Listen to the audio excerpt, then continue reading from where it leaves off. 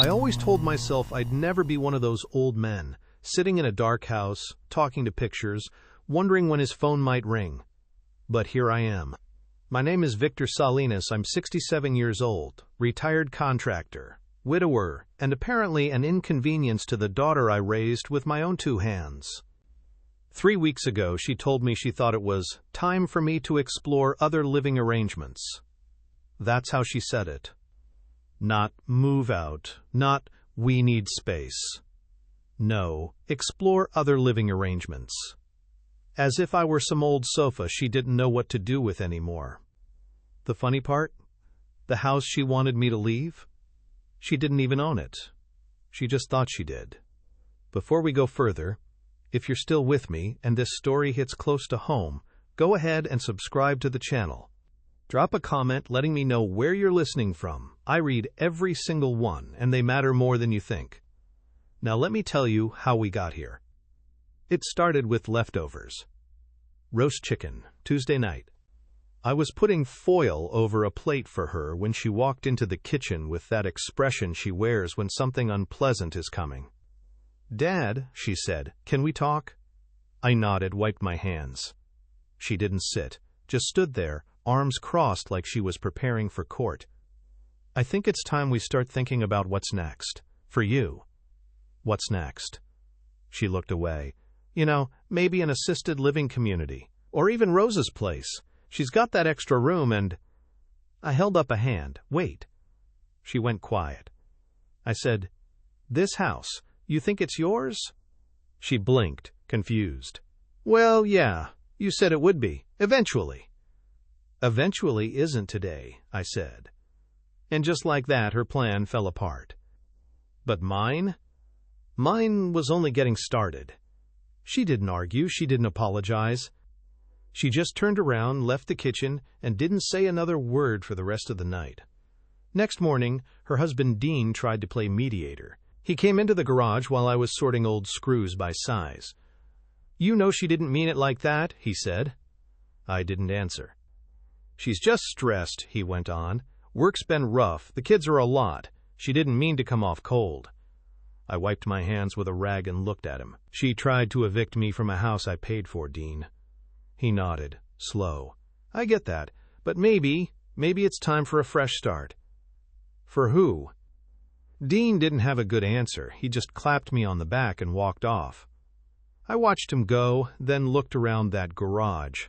Every tool, every pegboard, every creak in the walls. I built that space, just like I built the kitchen, the living room, the back patio. This house was mine. And she forgot that. Or maybe she thought I'd forgotten. Later that day, I opened the lockbox under my bed. The one with the title deed, dated 1992. My name, no cosigners. I smiled. Then I started making plans. Step 1, I called my lawyer. Asked what the timeline would be if I wanted to sell, quietly. Step 2, I went to the bank, confirmed the account was still open. The one Maria and I had started to save for retirement trips we never got to take.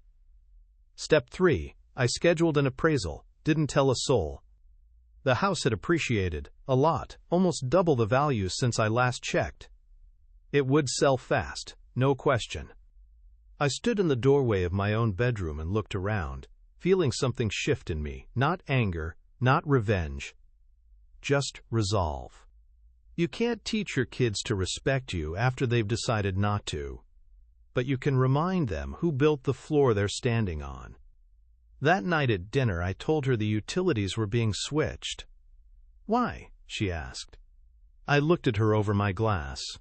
"Because the house won't be ours much longer." She stared. "What do you mean?" "I mean," I said, "you've got 30 days. Dean tried to play it cool. "Come on, Vic," he said with a laugh that didn't reach his eyes. "You're not really selling the house." I didn't even look up from my plate. Already did. He went quiet. Across the table, my daughter's fork froze midair. "You what?" she whispered. "I sold it," I repeated. 2 days ago, full asking price. Closing is in 4 weeks. She blinked at me. "Without even talking to us?" You mean like how you talked to me about exploring new arrangements? Her mouth opened, then shut. No words. I stood, gathered my plate. I'll be out by the end of the month. You should start packing. They didn't say a word as I left the room. That night, I slept better than I had in months. No anger, no regrets. Just peace. The next day she followed me out to the mailbox. "Dad," she said, quieter now, "where are you going to live?" "I'll manage." "But where?" I looked at her, really looked. The daughter I raised. The one I taught how to ride a bike. The one who used to draw me little pictures and leave them in my lunchbox when I worked late. Now she was staring at me like I was a stranger. "There's a place upstate," I said. "Friend of mine owns a few acres. Says I can rent the guest house." "But why are you doing this?" I handed her the mail. "Because I don't want to die in a home where I'm not wanted." She didn't follow me after that. Over the next few weeks, the house slowly emptied. Movers came. Boxes vanished. She stayed silent most of the time, except when giving short, clipped orders to the kids or Dean. She was angry. I understood. She thought she had more time. She thought the rules didn't apply. What she didn't realize was this: I gave her 30 years. She gave me 30 seconds. When the sale finalized, I left a note on the kitchen counter. It just said, "If you ever wonder how you lost your father, remember, it wasn't the sale. It was the silence." The day I moved out, the kids cried. Not because they understood what was happening, but because I let them help me pack. They thought it was a game. "Grandpa's going on an adventure," I said, lifting boxes with exaggerated grunts, pretending they were heavier than they were. They laughed and cheered, each one helping by dragging a pillow or handing me a screwdriver. My daughter watched from the doorway. She didn't say a word. I left her the master bedroom, the fireplace, the tools, even the shed I built by hand. I took nothing but my clothes, my toolbox, and one photo, Maria and me, 25 years ago, standing in front of that same house, still holding the keys. When I closed the door behind me, I didn't look back. The guest house was quiet.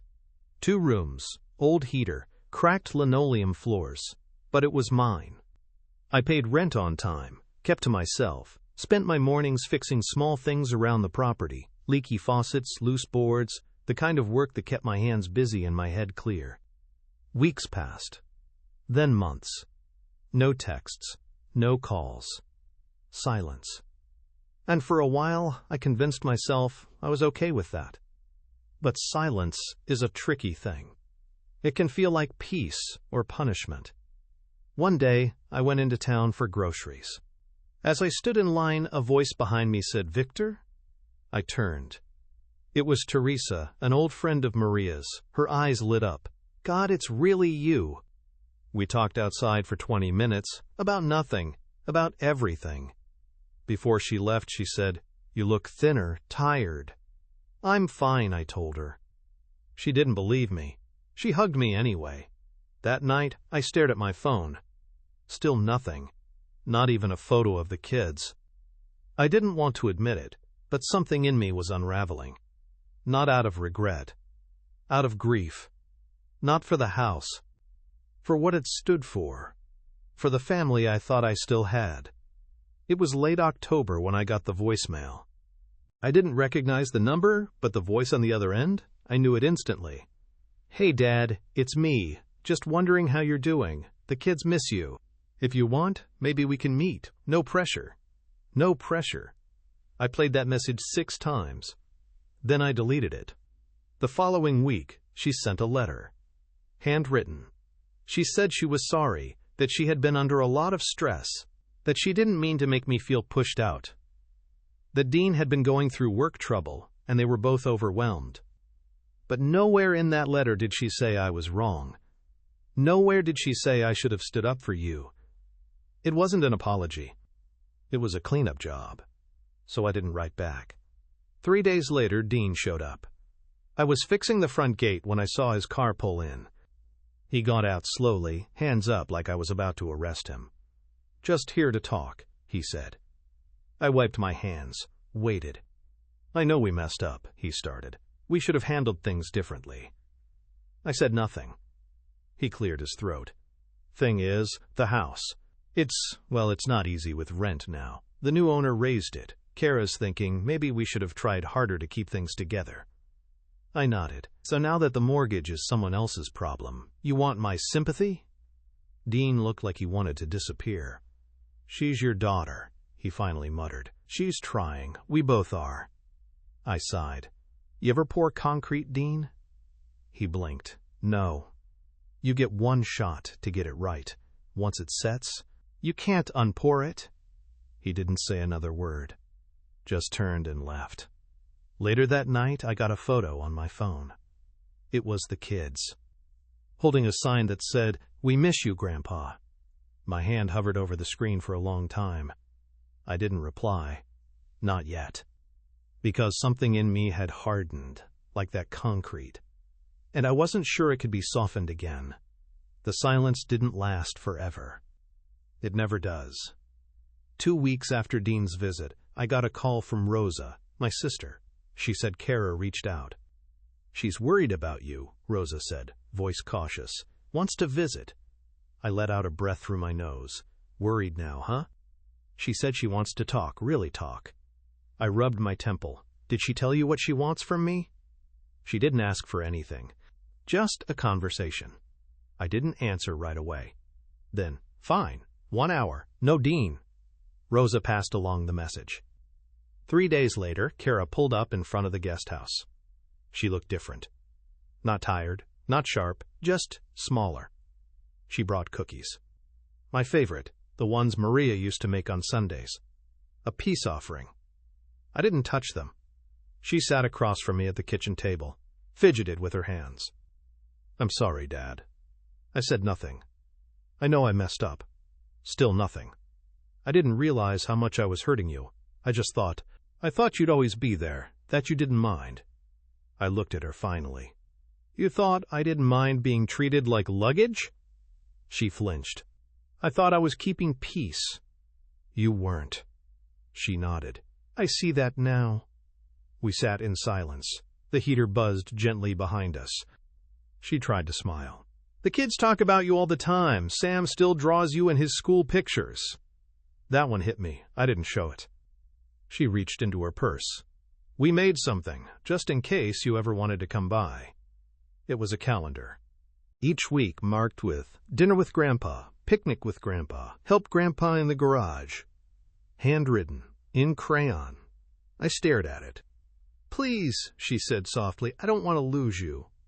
I looked down at the cookies, then back at her. "I'm not the one who walked away." She nodded, tears in her eyes. "But I want to walk back." I didn't say yes, but I didn't say no. I stood, got 2 plates, split the cookies between us. We ate quietly. It wasn't a reunion, but it was a beginning. And sometimes that's the bravest part. It was a Thursday when the envelope arrived. No return address, just my name, written in careful cursive. Inside, a photocopy of a document. It was the deed to the house. The same house I'd sold. Only something was different. At the bottom, under the buyer's signature, was another name, Kara's. She'd signed something, or submitted something. I couldn't tell what. I stared at the paper for a long time, confused. Then the phone rang. It was a blocked number. "Mr. Salinas," said the voice, professional and flat. "This is Daniel Flores with Marston and Company Real Estate. Just confirming the pending asset claim filed against your recent property sale." I blinked.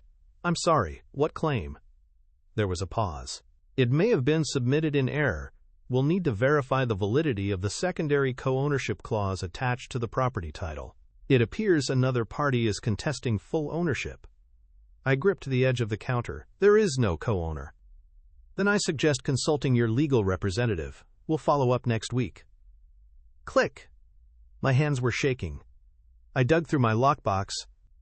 Title deed, mortgage receipts, property tax records, everything in my name. Nothing hers. But someone, somehow, had submitted a challenge, a legal one. Kara. The next day I confronted her. She didn't deny it. "I didn't file a lawsuit," she said. "I just asked the county to review the sale. I thought maybe if I had a case." "A case?" I said, my voice low. "Against your own father?" "I was desperate," she snapped. "We can't afford the rent now. Dean's hours got cut. The new owners won't budge. I thought maybe...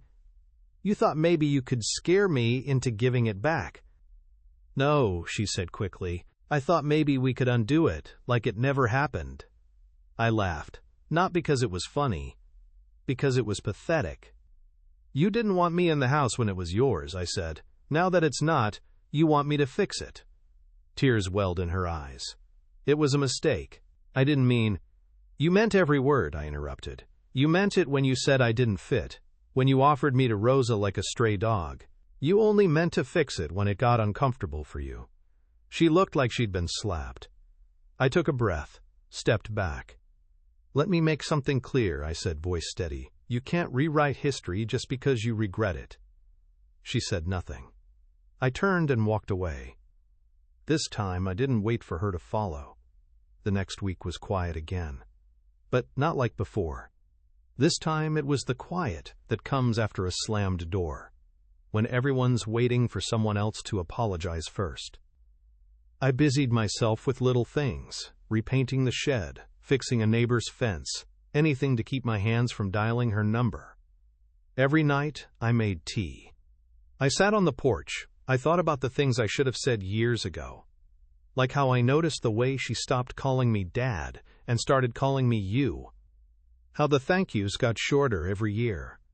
How the hugs got less frequent once Dean came into the picture. It wasn't just the house. It was years. Years of me not setting boundaries. Years of her thinking I wouldn't mind. Years of me hoping love would be loud enough to compensate for silence.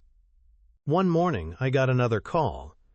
From my old neighbor, Mrs. Ortega. Sweet woman, 83, sharp as a tack. "Victor," she said, "I saw your daughter out front of the old house today. She was arguing with the new owners. Loud." My stomach twisted. "What about?" I asked. "I don't know, but she kept pointing at the fence, then the windows. She looked upset. The man just kept shaking his head." I thanked her and hung up. Later that afternoon I drove past the house. Didn't stop. Didn't slow down. But I saw her. Standing on the sidewalk, alone. Staring at the home that used to be hers. That used to be mine. That, for a brief moment, was ours. It didn't bring me joy. But it didn't hurt either. It just felt like a page finally turning. I didn't hear from her for another 10 days. Then, out of nowhere, a letter arrived. It wasn't from Kara. It was from the kids. 2 pages, lined notebook paper. Written in blocky handwriting, peppered with spelling mistakes and drawings in the margins. "Hi, Grandpa. We miss you. Mommy said you live far now. Can we visit? Daddy said he would drive. We made cookies like last time. Sammy drew your garage. Look, it has your red toolbox and the chair with the crack. We remember." My hand tightened around the paper. There was a postscript, likely added by Kara. "If you'd be open to it, we'd like to bring them next Sunday." Just to visit. No pleading, no pressure. Just the soft knock of a child's memory. I paced the kitchen for an hour. I reread the letters 5 times. Then I called her. "I'll be here," I said. 1 hour. "Thank you," she whispered. The following Sunday, the knock came at noon. I opened the door. There they were, Sammy, Marisol, and Kara. Kara held back, but the kids rushed in. "Grandpa!" They clung to my legs. Marisol shoved a bag into my hand. Inside, still warm cookies and a crayon drawing of the guest house. We sat on the porch. I let them climb on me, play with my old hat, ask questions about the birds and clouds, like they always used to. For a moment, it felt unbroken. Kara watched from a distance. She didn't interrupt. And when the hour was up, she called them softly. They obeyed, but slowly, with a hug, with promises to come back. Kara approached me as they got in the car. "I didn't come to ask anything," she said. "I just wanted you to know, we're trying. The kids talk about you like you're magic." I didn't answer. She waited, then walked away. No argument, no dramatic apology. Just space. And strangely, it was the most honest conversation we'd had in years. That visit opened something up. Not just in the kids, in me. I found myself looking forward to Sundays. Not because they always came, but because they might. I started baking again. Just simple things. Banana bread, cornbread, Maria's old sweet rolls. Things that made the house smell like a memory instead of an empty room. The kids came again 2 weeks later. This time they brought puzzles and stayed longer. Kara still waited in the car. I didn't mind. I wasn't ready to trust her, but I could forgive the children for being raised in her shadow. One day Sammy tugged at my sleeve. "Why don't you live with us anymore?" I crouched beside him, because sometimes grown-ups need to live apart to feel close again. He nodded like it made sense. Maybe it did. Marisol sat on my lap later and whispered, "I'm glad you didn't disappear." I almost cried. The next time Kara came to pick them up, she stepped out of the car. "I've been seeing someone," she said quietly, "a therapist." I didn't ask why. I had a lot to untangle, she added, about how I was raised, what I expected, what I ignored. I nodded slowly. "That's brave." "I used to think if I kept everything perfect, nothing could fall apart," she said. "But it turns out, pretending doesn't protect you, it just isolates you." She looked up. I was ashamed of what you reminded me of. "What's that?" "Roots." We stood in silence. Then she asked, "Would you ever come back? Not to live, but to visit, just once?" I paused. And for the first time, the thought didn't make my stomach turn. "I'll think about it," I said. And I meant it. A week later, I got an invitation in the mail. Hand-delivered, no stamp. It was for Marisol's school play. She was playing a tree. Not a big role, the invitation said in Kara's handwriting. But she's proud. I stared at the card a long time. The play was at their neighborhood school. The school district I helped them get into when they bought the house that no longer belonged to any of us. I thought about not going. I didn't want to see the faces of the other parents, the ones who'd heard God knows what from Kara and Dean over the years. I didn't want to sit alone in a crowded gym, pretending to belong. But I did want to see Marisol. So I went. I dressed neatly, jacket, pressed shirt, fresh haircut. I brought a bouquet of small yellow daisies, her favorite. The gym was packed. The smell of popcorn and paper programs filled the air. I stood at the back, avoiding the front row. When the curtain lifted and the lights hit her, Marisol smiled so wide I thought her cheeks might crack. She stood proudly in her brown cardboard bark costume and said her one line with perfect clarity. My chest swelled. After the show, the hallway was a maze of hugs and phones and flowers. I kept to the edge. Kara spotted me. She nudged Marisol toward me. "Grandpa," she ran, "did you hear me?" "I did," I said. "Best tree I've ever seen." She beamed, then whispered, "I told everyone you'd come." I handed her the flowers. She held them like treasure. Kara stepped forward. "Thank you," she said quietly. I nodded. That night, I thought maybe, just maybe, we were healing. But peace is a fragile thing. And Kara's peace came at a cost I hadn't seen yet. 2 days later, I got another letter. But this one wasn't handwritten. It wasn't kind. It was from the IRS. A flagged audit on undocumented gift transfers.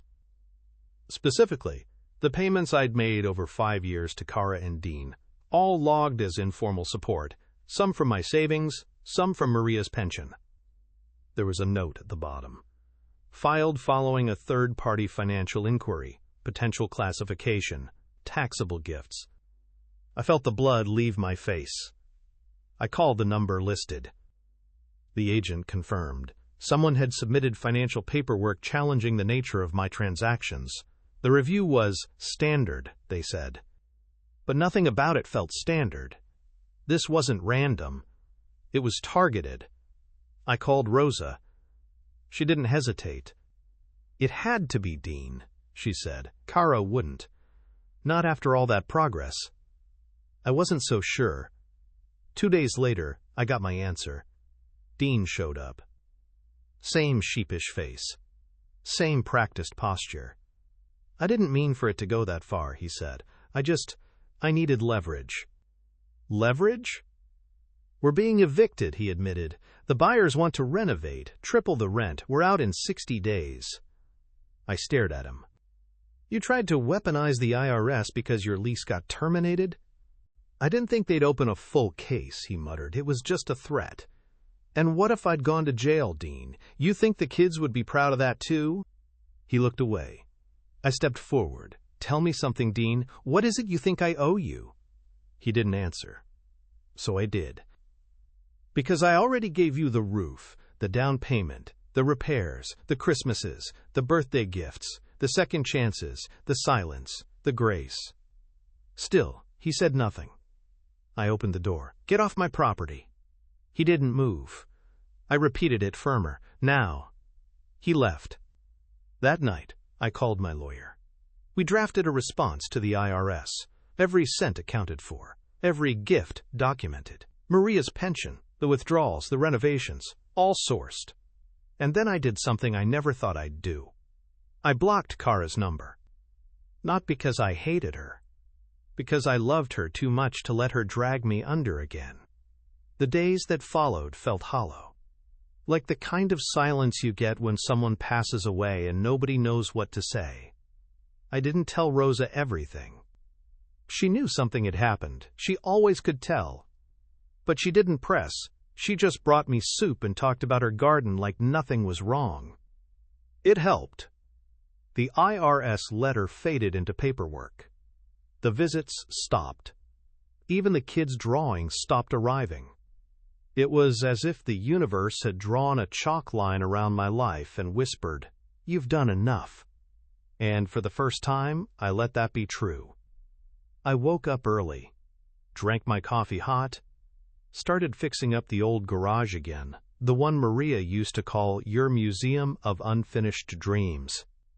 I cleared the dust, unpacked my old wood lathe and started carving again. Bowls, handles, a clock face. It wasn't much, but it was mine.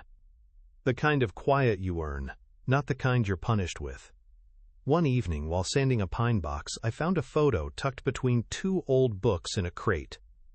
It was Kara, age 7, with Maria. They were planting sunflowers in the backyard. Maria had her hands cupped over Kara's tiny ones, both of them smiling like nothing else in the world mattered. I sat with that photo for a long time. Then I slid it into a frame and put it on the shelf over my workbench. Not to forget what I'd lost, but to remember what was once real. And still could be, somewhere far ahead. Maybe. 3 weeks later I heard from the buyers of the old house. A polite voicemail. They were moving overseas for work, unexpectedly. They asked if I might know anyone who'd want to purchase the property. It seems only right, the message said, that it go to someone who knows its history. I didn't respond right away. Instead, I drove by. The house looked sad. Paint chipping on the window frames, grass overgrown, no toys in the yard. I walked the perimeter slowly. Peered through the fence at the garden bed Maria once planted with rosemary and lemon balm. It was all weeds now. I called Rosa that night. Tienes que hacerlo, she said. You owe it to yourself, not to fix it, just to close the loop. So I made the call. The offer I gave them was fair, below market but fast and clean. They accepted within a day. 2 weeks later, I had the keys. I didn't tell Kara. Didn't announce anything. Just showed up on a Thursday morning, opened the front door, and let the stillness wrap around me like an old coat. I walked every room, ran my hand along the counters, stood in the hallway where Marisol once learned to walk. Then I stood in the master bedroom, where I had once said goodbye to Maria, where Kara had once told me I was no longer part of the plan, and I made a decision, not out of anger, out of legacy. I called a lawyer, set up a trust. The house would never be rented again, never sold to strangers. It would belong to the grandchildren, and only them, once they turned 25. Kara and Dean would have no access, no claim, no power. But Marisol and Sammy? One day, they'd know. They'd inherit not just a deed, but a history. A reminder that someone fought for them long before they ever understood why.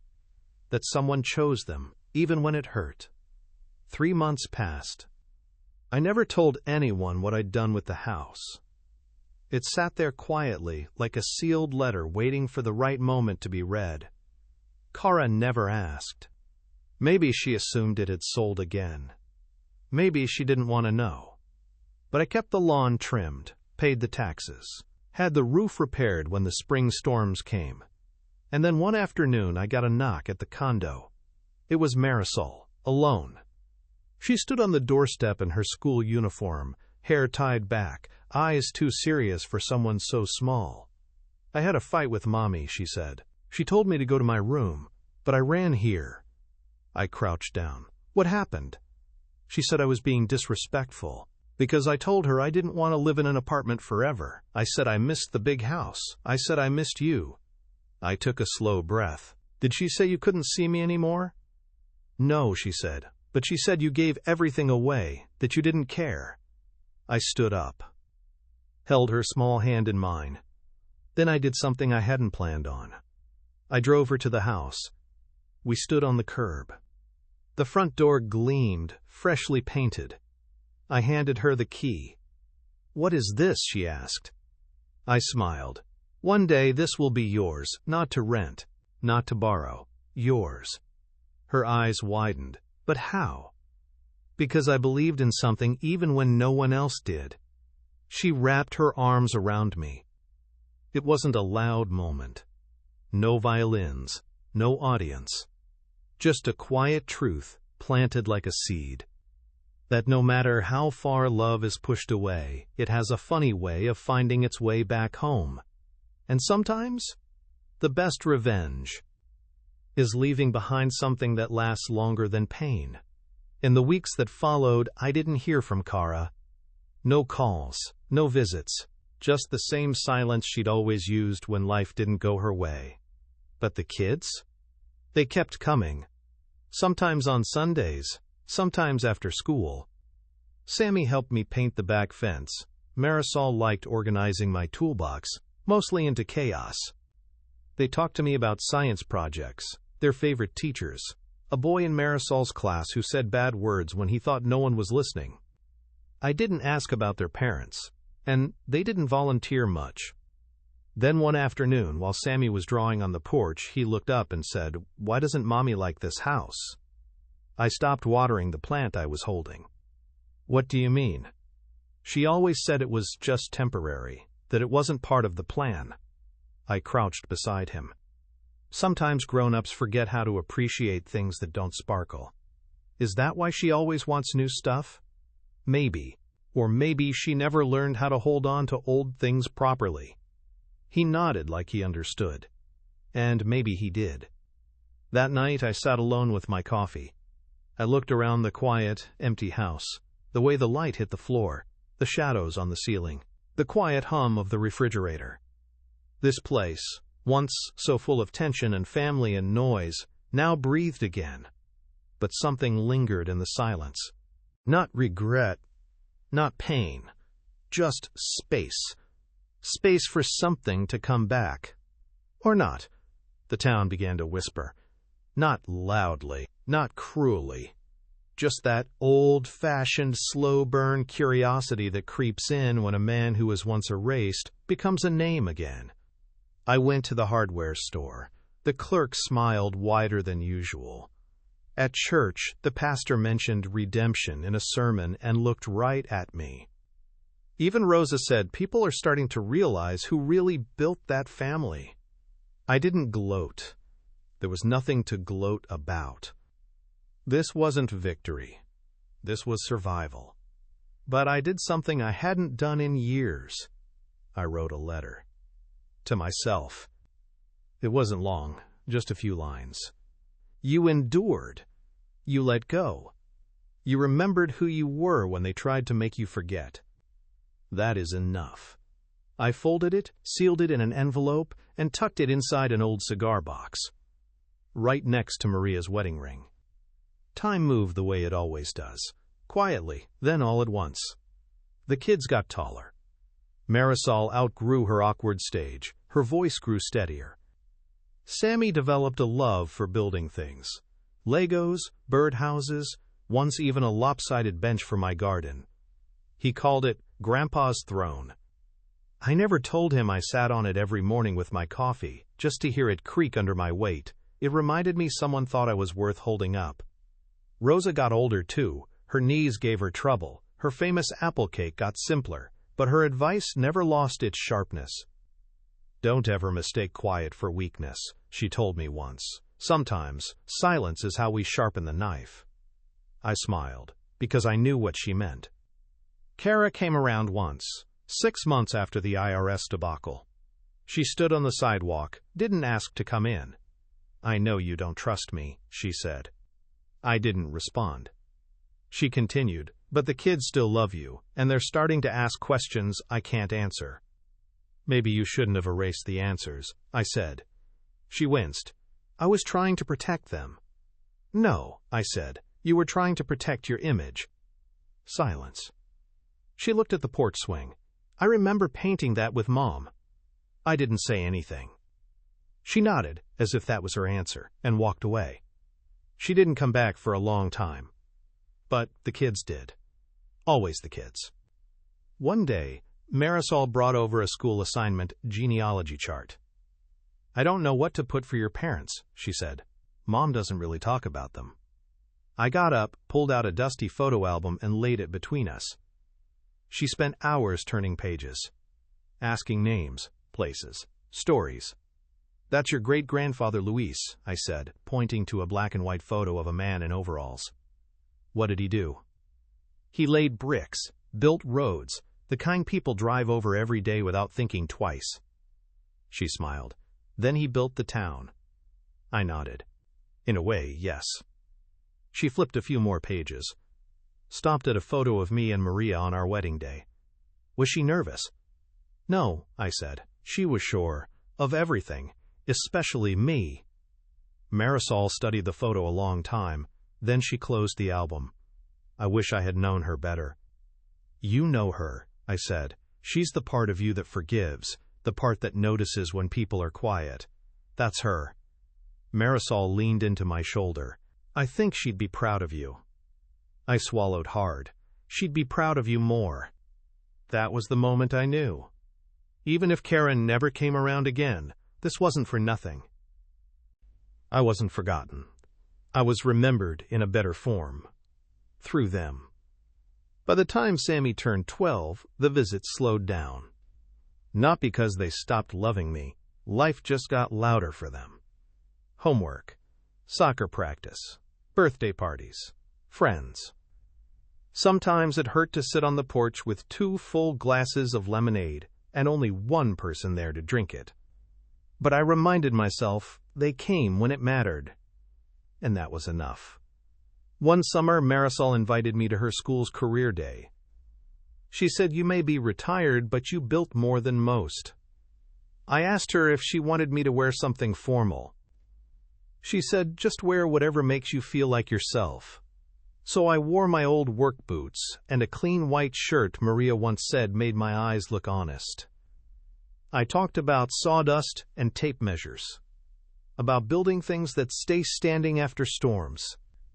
And when one of the kids asked me, "What's the most important thing you ever made?" I paused, then said, "Trust." A teacher clapped.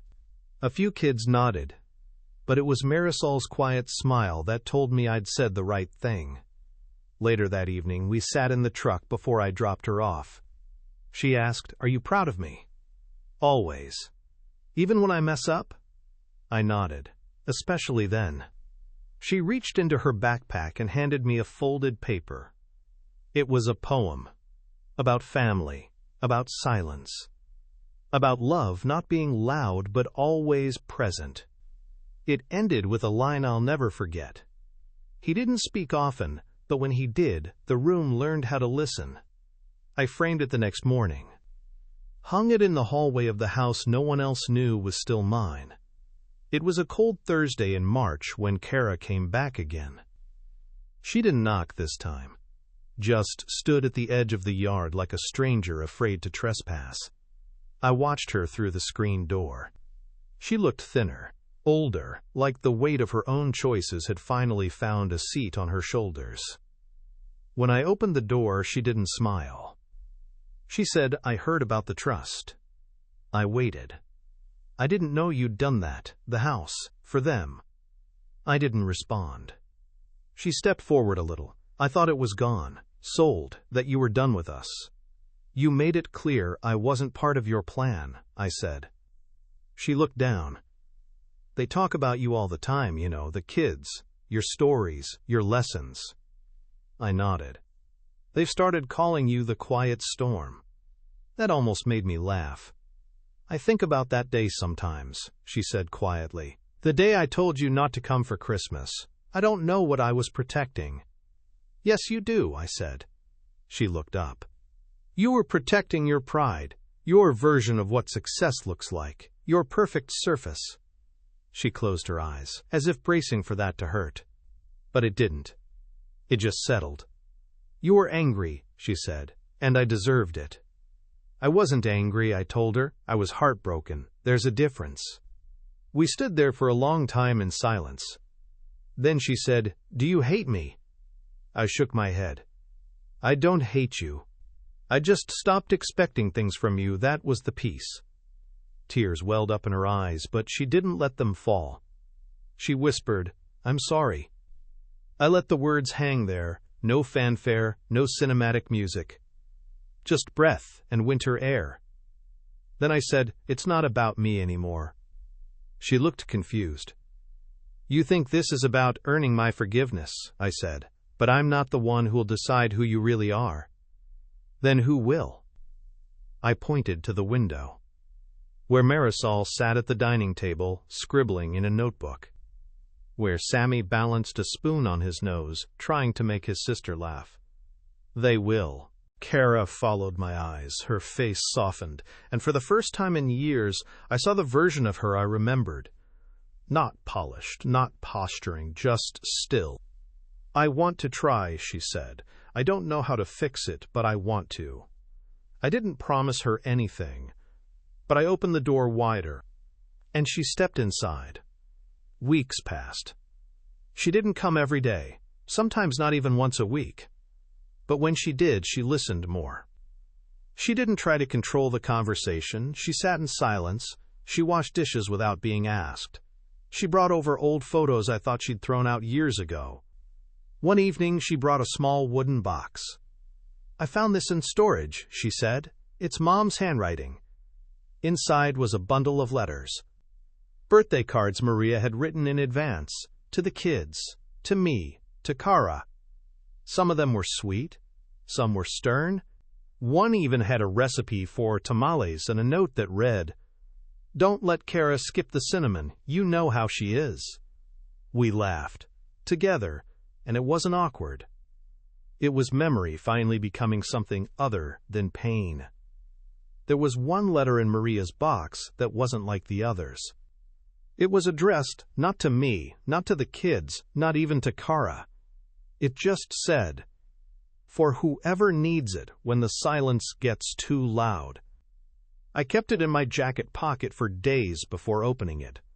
When I finally did, the handwriting was shaky, older, maybe written when she knew the end was near. You think you'll be forgotten. You think silence means you don't matter anymore. But let me tell you, the things you built in love echo louder than any applause. Even if no one claps, they still stand.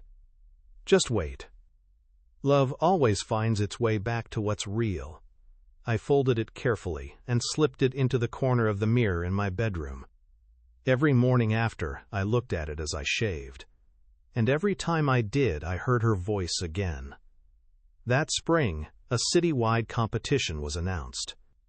An essay contest for high school students. Theme: Who built this town? I didn't hear about it until Marisol showed me her draft. It was called The Man Who Built More Than Walls. It started with a simple sentence. You don't know his name, but you've sat in his work. Walked across it, laughed inside it. She wrote about how I built houses for 30 years. How I saved her mother from a dark place and raised her with patience and warmth. How I gave without asking. And how, even after being erased, I didn't raise my voice. I raised a generation. I asked if I could keep a copy. She smiled. You already did. You built it. A month later, she won first place.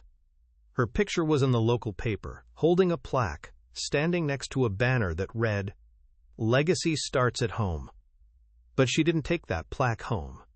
She brought it to me, nailed it to the inside of my front door. This way, she said, every time you leave the house, you remember. I kissed her forehead, and for the first time in decades, I cried without hiding it. But the story wasn't done. Because legacy doesn't just echo in people. Sometimes it echoes in paper. Official paper. Legal paper. Documents. That summer, I received a letter from the city's housing committee. Inside was a formal notice. The house I'd put into a trust from Marisol and Sammy. It had qualified due to its craftsmanship, original brickwork, and preservation of mid-century detail as a historic residence. Which meant one thing. It could never be sold. Not by banks, not by future spouses, not by city ordinance. The house would belong to them, protected by law, for generations. Even if someone tried to take it, they couldn't. It was now a permanent mark. When I told Marisol, she looked stunned. You did that? I just smiled. No, we did. Kara found out weeks later. She stood in the backyard, staring at the plaque on the porch. You made sure they'd always have a home. I nodded. Even when people stop showing up, bricks don't forget who laid them. She swallowed hard. I don't deserve your forgiveness. I'm not giving you forgiveness, I said. I'm giving them protection. And me? I looked at her. That's up to you. What you build from here, with them, will decide everything. Summer passed like an old song, familiar, slow, and gone too fast. Kara began showing up more regularly, not every day, but enough. Sometimes she brought groceries. Sometimes she sat on the back steps after the kids went to bed, just listening to the cicadas like we used to when she was young. We didn't talk about the past much anymore. Not because we forgot it, but because we were both still learning how to live with it. Then one afternoon, Kara asked a question that caught me off guard. Do you ever wish I hadn't come back? I looked up from the tomatoes I was slicing. No, I said, but I do wish you hadn't left so soon. She nodded, quietly. I didn't think I'd ever be like her, she said. Your mother. No, she said. Her mother. That made me stop. Because I remembered Maria's mother, sharp, distant, obsessed with presentation. A woman who made everything about perception. Kara continued. I was so scared of turning into her, I didn't notice I already had. We sat in that silence for a long while. Then I said, You're not her. Not anymore, she whispered. And that was the first time I believed her. A few weeks later, Marisol came running into the kitchen. Grandpa, guess what? She waved an envelope in the air. Her face was flushed, eyes sparkling. I got in. In where? Architectural engineering, early admission, full scholarship. My hands froze in midair. She laughed. They loved my essay and my design portfolio. I showed them photos of this house, remember? The way you built the porch, the joints, the lines. I pulled her into a hug, so tight she squealed. Your grandmother would be singing from the rooftops right now, I said. She looked up. You think she'd be proud? I nodded. She already is. And so am I. Sammy peeked from the hallway. What about me? I laughed. You're still my favorite troublemaker. He grinned. Good. And just like that, the house felt full again. That night, I couldn't sleep. Not from worry. From peace. A heavy, satisfied kind of peace that sits in your chest like a full breath you didn't know you were holding. I poured myself a glass of whiskey, sat at the kitchen table, turned on the little radio Maria used to keep near the sink. And then I did something I hadn't done in years. I wrote my will. Simple, clear, no drama. I left the house, officially, to the trust I'd created, irrevocable. I added a letter, not legal, just personal. Don't fight over what was always meant to be shared, it read. Family isn't about blood, it's about showing up. Then I signed my name, folded the pages, and went to bed. It was a rainy Tuesday when Kara came to the door with a plastic tub in her arms. I found this in the attic, she said, soaked through. Thought you should have it. Inside were things I hadn't seen in decades. A box of old tools, my original contractor's license, a photo of me and Maria from the day we bought this house. Even an old Christmas ornament Kara made in second grade, 2 popsicle sticks glued together with glitter and the words, "To Dad, who fixes everything." I held it in my hands and forgot how to breathe. You kept this? Kara sat down. She looked tired, but clearer than I'd ever seen her. I kept everything, she said. I just didn't want to look at it. There was a long pause. Then she said, There's something I haven't told you.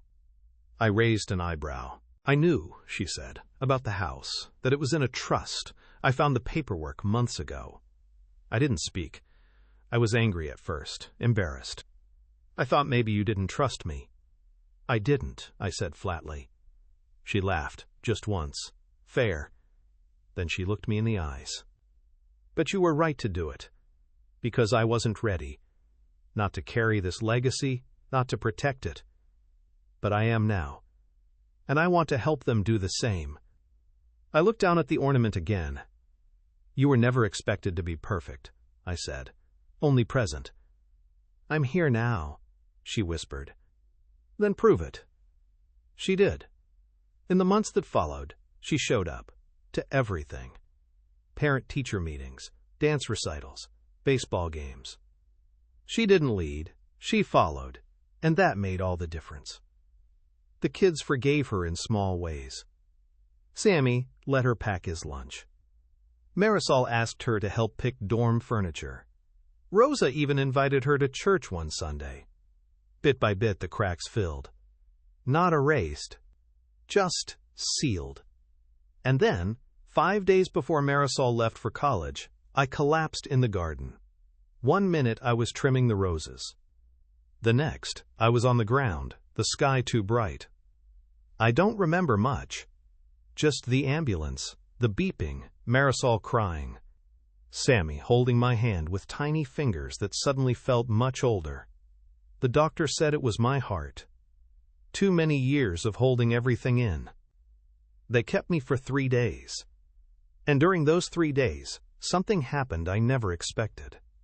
Kara stepped up. She didn't panic. She didn't pass the responsibility. She became the wall everyone leaned on.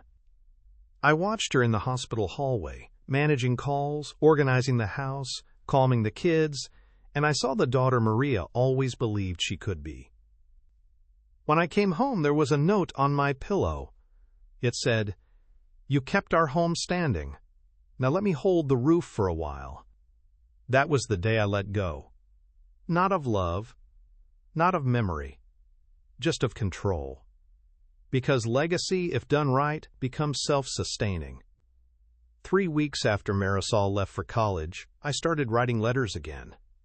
Not out of grief. Out of ritual. One letter for her, one for Sammy, one for Kara. Each said the same thing in different ways. You don't owe me anything but a life you're proud to live. I sealed them, labeled them. Then I wrote one more. This one I didn't label. I folded it, slipped it into the old envelope Maria had once left for whoever needed it when the silence got too loud. And I hid it, behind the loose brick in the fireplace. Right where my hands first learned how to build this house. 2 days later, I went for a walk and never came home. They said it was peaceful. A bench, a quiet park. Sunlight on my shoulders, my hat tilted forward like I'd just nodded off. The police found my wallet, my house keys, and an envelope in my jacket. It said, "Let the walls speak for me." The funeral was small. Not because no one cared, but because I'd asked for it that way. Kara read a poem Marisol had written at 15. Sammy placed the glittered ornament on the casket. Rosa led the last prayer. The church smelled like tamales. Everyone cried, no one wailed. Because this wasn't a tragedy. It was a transfer of weight. Months passed. Then one day, just before Christmas, Kara was cleaning the fireplace when she found the loose brick. And behind it, the final letter. It was short. Kid. Only 5 sentences. You thought this house was my legacy. But it wasn't. It was just a tool. You were the legacy. Now go build something better than I ever could. She folded it gently, slipped it into her coat pocket. Then she called her children into the room. She said, "We're going to do something your grandfather never asked us to do." They looked up. We're going to tell his story. 6 months later, a man from a historical preservation magazine knocked on the door. Said he'd heard rumors about a humble builder who'd made homes stronger than pride. Asked if anyone still remembered him. Kara opened the door wide. "We remember everything," she said, and invited him in. If you like this story, please like this video, subscribe to the channel, and share your impressions of the story in the comments. To listen the next story, click on the box on the left. Thank you for watching.